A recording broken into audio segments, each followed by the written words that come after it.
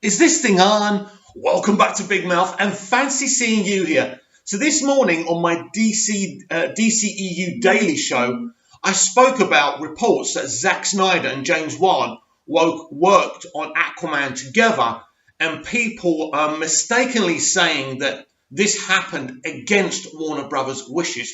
So this all came from an article yesterday that Screen Rant posted. So I want to read the article. You know how crap I am at reading these off, and I apologise already if I get a word wrong or if I'm on R or something like that. But I want to get behind the truth of this. So I think I'm a DCEU fan, I'm a Zack Snyder fan, but I also don't want lies spread or negativity spread. So let's get to the truth of this situation. Zack Snyder is partially responsible for the changes of Aquaman made to Arthur Curry after his appearance in Justice League. Snyder was the original director on Justice League after the movie's principal production, but before reshoot, Snyder stepped away from directing due to a personal family tragedy. Well, that's what we were told, but that's not exactly true. We know that now. As a result, Avengers director Joss Whedon stepped in to direct the reshoots and change Snyder's Justice League. The difference between Whedon and Snyder's approach has been a source of controversy, you could say that. It's been cited as an underlying reason for Justice League's middling reception. And of course, a group of devoted fans, us, have petitioned Warner Brothers to release a Snyder Cut of Justice League. The Snyder Cut may not see the light of day in the immediate future. I don't agree. But evidently, Snyder did have a hand in the positive response to James Wann's Aquaman. The information about Snyder's involvement in Aquaman comes from actor Neil Daly on the Fire and Water podcast. Daly was responsible for running the test screenings of both Justice League and Aquaman. Daly revealed that Whedon was behind much of Justice League's teenage boy sexual humour. This includes gags like Aquaman hitting on Wonder Woman while under the influence of the lasso of truth. One didn't want this approach in Aquaman, Daly explained. Right. First of all, let's get this clear in Justice League. He's not hitting on her. Yes, he's influenced by the lasso of truth. He's just saying she's attractive. You know, it's ridiculous that... Can anyone really be offended by that? I'm not defending Joss Whedon, but I think we're getting a bit carried away, right? So, yeah, he wasn't going to hit on Wonder Woman in Aquaman because there is no Wonder Woman to hit on. Right. Now, this is a quote from him. We could have gotten a whole movie about Aquaman basically fawning over Mira the whole time and making all kinds of dirty jokes and things like that. They really had to get away from that, which is all that Whedon had done. So Snyder had a little bit of an influence on Aquaman. James Wann was showing Zack Snyder against the studio's wishes. This is simply not true. Right, he's in charge of test screenings. So how would he know about what Warner Brothers wanted or didn't want? Cuts of the movie and early test screenings and storyboards to make sure that they are on the same page with what he originally wanted, and Snyder gave his blessing of approval, bringing it back to what he wanted all along. In the final cut of Aquaman, there's certainly a romance between Aquaman and Mira. Jason Momoa's Arthur Curry shows obvious interest in Amber Heard's Mira, even when he doesn't want to accept her mission to become the King of Atlantis. Daly is right, though, that the tone of the interactions is quite different from Arthur's attitude in Justice League. Most of Arthur's interactions with Wonder Woman in the superhero team-up is objectifying her. No.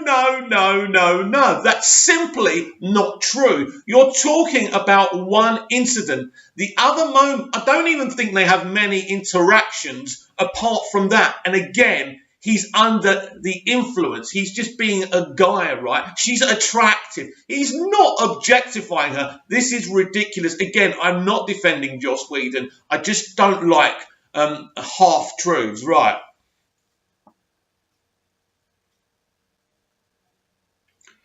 Or otherwise commenting on her physical beauty once when he was under the influence of the flipping whip. Right.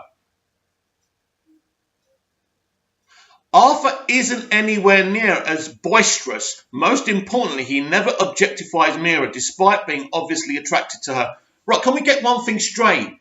Telling a woman she's attractive is not objectifying her. Look, I don't care if there's any feminists watching.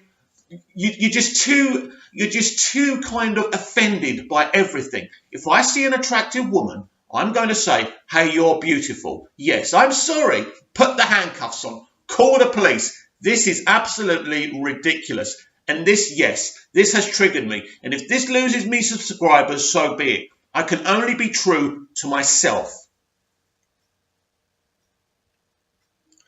This calmer and arguably more likeable Karma, I'm going to give you an ass whooping. Does that sound calmer? He was awesome. Totally in line with what we've already seen. It's apparently the vision that Snyder had for the character all along. Though there's only Daly's word for it. Yeah, exactly. Snyder never really had much of a chance to deliver his version of Aquaman in the DCEU. Snyder did cast Momoa, and the actor has been clear about his gratitude towards Snyder. However, while Momoa is in Snyder's Batman v Superman, he only has a wordless cameo.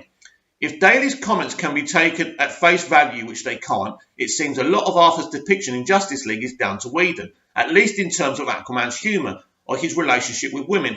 First of all, right, everyone loved Aquaman. I don't know anyone who hates Justice League who didn't like what Whedon had Aquaman doing. I thought he was brilliant. I thought it worked. I didn't have much of a problem with it. And obviously, some things wouldn't be there. Yes, when he's under the influence of the whip, I'm sure Zack wouldn't have done that. Hey, I'm fine with that. But, don't start saying he was objectifying the woman. All right, I don't like the underskirt stuff that Whedon done with Wonder Woman. It was just sloppy and ridiculous.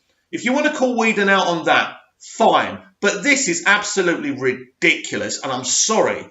This actually does offend me. Arthur's relationship with Mira isn't the main reason that Aquaman has made over $1 billion, no, and has received wide critical acclaim. It certainly helps, though, and it's hard to deny that Aquaman and Mira are one of DC's biggest current power couple. In fact, they might be the only existing one, as the future of Lois Lane and Superman is uncertain, and a ton of mysteries revolves around Wonder Woman and Steve Trevor. Actually, their relationship was beautiful, and I expect it to be beautiful in Wonder Woman 1984. Wann's efforts shouldn't be discounted in all of this, but Snyder's involvement in the DCEU isn't entirely as absent as many believe. Right, I never doubted that Zack was involved.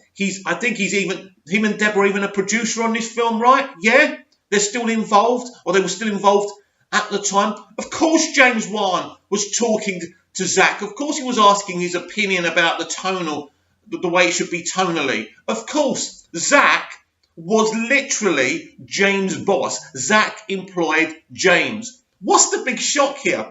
But one thing I will not take, and I will say this till I'm blue in the face, and that'll take some doing with my complexion. Warner Brothers were fine with this. Fine. Let me repeat this to you and put it on bumper stickers. Warner Brothers had no issue with James Wann talking to Zack Snyder and asking his advice. So this is a load of rubbish. I am so happy that Zack worked in this, that he got the version of Aquaman he foresaw when he cast Jason Momoa. But let's not start talking crap that Warner Brothers didn't want this. Because if Warner Brothers didn't want James Wann talking to Zack Snyder, then it wouldn't have happened. Thank you.